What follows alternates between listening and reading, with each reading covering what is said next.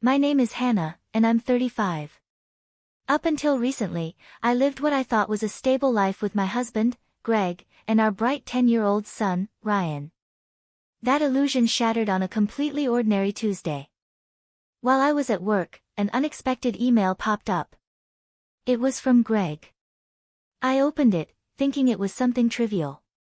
Instead, it was a bombshell. I've met someone else. I'm leaving. I'll be taking the camper van too, the loan's under your name anyway. You can handle the payments. Shocked, I called him right away. He answered, calm as ever. Yeah, I didn't mean for this to happen. I fell for her, and things just got serious. I want to start over. You'll be fine. I'll send the divorce papers. And with that, he hung up. That was the last time I heard his voice. I tried calling. Emailed. Nothing. Gone. He left me holding a $35,000 loan for a camper van I didn't even have, and a 10-year-old who depended on me. When I checked the drawer at home, the divorce documents we'd once argued over were gone. It felt like Greg had erased his presence from our lives overnight, except for the massive debt and the mess he left behind. Ryan noticed right away. Mom, you've barely eaten. Are you okay? Yeah, just tired. You look up to the right when you lie. I've noticed Dad hasn't been home in days. What's going on? I took a breath, fighting the sting in my throat. He deserved the truth. And I told him everything. Ryan was quiet. Then, with a calm maturity far beyond his age, he said, I kind of knew. He's always been that way. It's sad, but I understand. But I knew it hurt him more than he showed. The stress took its toll. One day at work, during a routine training session, my knees buckled. I collapsed. When I woke up, I was in a hospital bed, for in my arm, staring at the ceiling. Diagnosis, a serious condition brought on by extreme emotional and physical stress.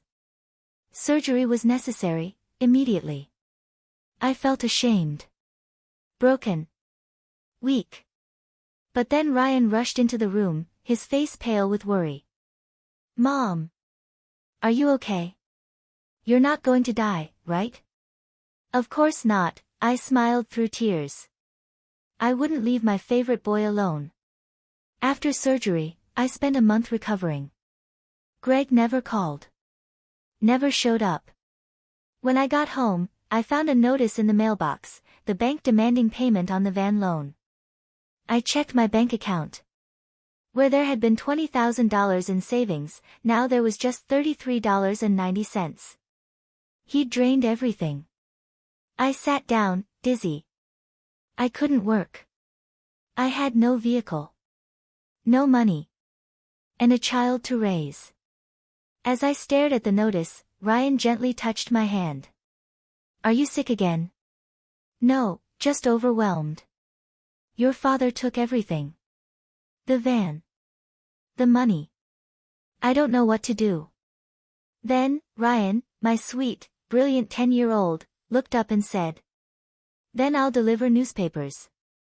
And I'll look online for work I can do. Something in me shifted. His strength pulled me back from the edge. I'm sorry for worrying you, Ryan. I can't fall apart now. I'll do whatever it takes. Then came the shocker. Let's figure out how to get the camper van back. I blinked. What? It's in your name, right? Then technically it's still yours. We might be able to track him down. A month ago, during a family hike, we'd bought Ryan a kid's phone with GPS, which Greg and I could monitor. Ryan, with chilling precision, pulled up the app. Dad's been moving around, but I can see where he is. He's at some park near town now. I was stunned. What if he just runs again? He won't. I already took precautions, Ryan said with a small smirk. While I was in the hospital, Ryan had started preparing. Somehow, he'd even figured out who Greg's mistress was. Let's teach Dad a lesson. 3 days later, my phone rang. "It's me. Please, I need your help," Greg's voice crackled on the line. "Who is this?" I asked coldly. "Come on, don't play dumb. It's Greg. I'm being questioned by the police about you. They might take me in. Help me." I hung up and drove with Ryan to the location shown on the GPS, a forested campground just outside town. And there he was, disheveled, cornered, being questioned by the police. His mistress sat sulking in the passenger seat of my camper van. I asked the officers for a moment to speak privately. Inside the van, Greg looked irritated. "Why the hell did you report the van stolen?" "Because it was," I said. "You filed for divorce, remember? That makes you just some guy who stole a car." Greg didn't know what to say. He thought marriage protected him. But the law doesn't cover betrayal. And this? This was just the beginning. We were strangers now, driving a stranger's car without permission, which is a crime. Ryan figured that all out. He was as sharp as ever. Greg said, "I didn't steal the car, I just borrowed it for a bit." "Oh really?" I replied. "Well, I'd like to use my car now, so could you return it? That would be helpful." As I reached out my hand, Greg hesitated but eventually handed the keys back. Once I confirmed the car had been returned, Ryan quietly spoke up. "Why did you abandon your family to fool around with this woman?" Caught off guard by the unexpected question, Greg looked flustered and awkwardly scratched his head. Mandy, his mistress, chuckled smugly and said, "It's because I'm more attractive than your mother. Just look at me, you can tell, right?" He fell head over heels for me and left his family. "Be quiet. I wasn't talking to you, old lady," Ryan snapped. "Dad, answer me." Silenced by Ryan's stern tone, Mandy said nothing more. Greg, however, stayed quiet. "If you can't explain, that's fine," Ryan continued. "I'll just have the police come back and arrest you." "Wait, hold on, okay, I'll talk," Greg finally gave in. It turned out Mandy had joined Greg's company 3 months ago. They were attracted to each other and got involved during the welcome party for new employees. Later, Mandy said she was pregnant, and Greg decided to start a new life with her, abandoning us. "I quit my job and was thinking of selling the camper van," Greg admitted. "But it seemed like you were using it a lot, so we decided to go on a trip before selling it." "Wait, how do you know all this?" Greg asked, surprised. "Remember when Ryan got lost?" I said. "After that, we gave him a kid's cell phone with a GPS tracking app. We also installed the app on your phone too. So I knew where you were all along." Later, I found out from Ryan that he had faked getting lost on that hike just so we'd give him a phone. I was amazed by how strategically he thought and acted. "I suspected something was off with Dad," Ryan said, "so I came up with this plan to track him." "You're really a terrifying kid," Greg muttered. "I'll never become an adult like you," Ryan shot back. "Someone who betrays important people without a second thought." Greg was crushed by the truth and had no response. Meanwhile, seeing Ryan, just 10 years old, able to think and speak so clearly, gave me strength as a mother. I felt I couldn't afford to lose now, I had to settle things properly.